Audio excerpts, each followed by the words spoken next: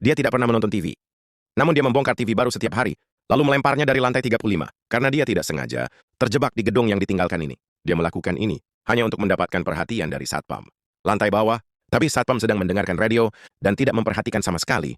Melihat bahwa melempar TV tidak berguna, dia mulai berteriak putus asa. Tapi suaranya di ketinggian seperti itu tampak sangat lemah. Tapi pria itu tidak berencana untuk menyerah. Dia membawa baskom besi, berteriak sambil menggedor kaca. Berharap suara itu akan mengalir di sepanjang dinding. Tapi sampai malam suaranya menjadi serak.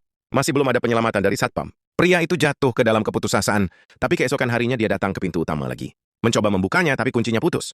Kunci luar tetap tidak tergerak, jadi dia berlari ke dapur untuk mengambil tang, ingin membongkar handle pintu, tapi itu tidak berguna bahkan dengan seluruh kekuatannya. Pria itu mulai memukulnya dengan tang. Tapi setelah 2 jam, dia hanya meninggalkan beberapa goresan di pintu. Dan secara tidak sengaja melukai jarinya, pria itu menjadi geram menendang pintu dengan keras. Dia percaya piala dunianya. Bermain kaki pasti bisa mendobrak pintu. Tapi dia tidak tahu setengah dari anggaran gedung ini dihabiskan untuk membangun pintu. Akibatnya kakinya hampir terluka, dan hanya menyisakan beberapa ukuran 42 jejak kaki di pintu pada saat ini. Pria itu akhirnya menyadari, dia hidup di era informasi.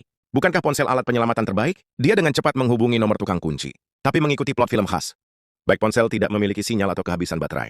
Pria itu bertemu dengan tangga. Sebelum dia selesai memberikan alamatnya, telepon mati secara otomatis. Dia bergegas ke kamar, menemukan pengisi daya dan mencolokkannya. Benar saja seluruh ruangan kehilangan daya dalam hitungan detik.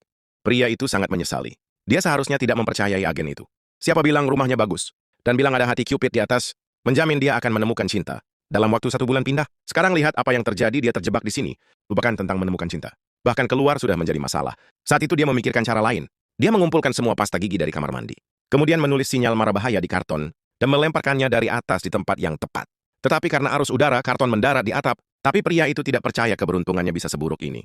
Selamanya dia segera menulis catatan kedua. Nah, kali ini dia mengulurkan tangannya keluar jendela, berharap kardus itu akan terbang lebih jauh. Tapi saat kardus jatuh, itu masih berakhir di atap. Saat dia akan menulis yang ketiga, pasta giginya habis, maka dia putus asa.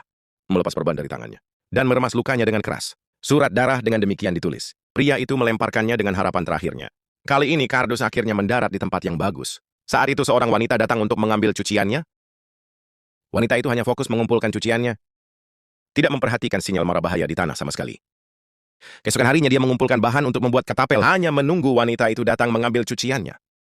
Selama ini pria itu menulis surat bantuan lagi. Dia melemparkannya ke satpam di lantai bawah. Tapi satpam itu masih terbaring di sana, mendengarkan radio. Sama sekali tidak menyadari surat bantuan di lapangan. Namun hanya pada saat ini, wanita itu datang untuk mengambil cuciannya. Melihat hal tersebut, pria tersebut langsung meraih ketapelnya. Kali ini dia akhirnya menarik perhatiannya. Membuatnya berhasil menemukan surat bantuan. Melihatnya berjalan menuju arah ini, dia diliputi kegembiraan. Dia akhirnya bisa diselamatkan.